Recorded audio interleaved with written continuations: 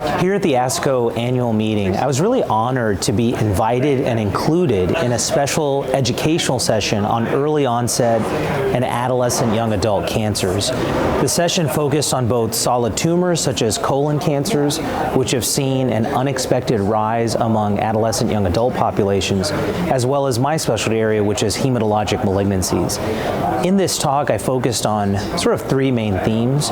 One was that in the acute leukemias, such as ALL and AML, there have been really exciting new strides that have happened in drug development, both in terms of combination chemo and new identified targeted therapies. So I highlighted some of those, including the menin inhibitors, for example.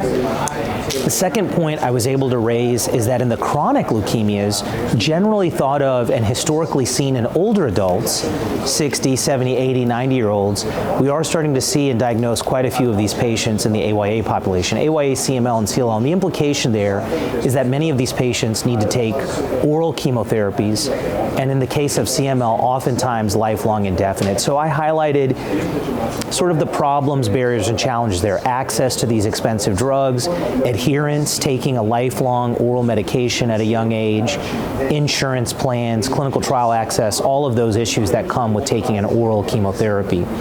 And then the third issue I was able to delve in one of my own specialty areas is that of rare blood cancers.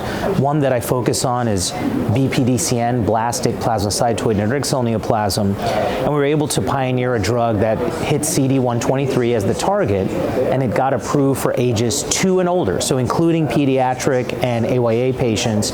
So just kind of heralding the breakthrough that it can be offered to younger patients, and what does that mean for the greater field.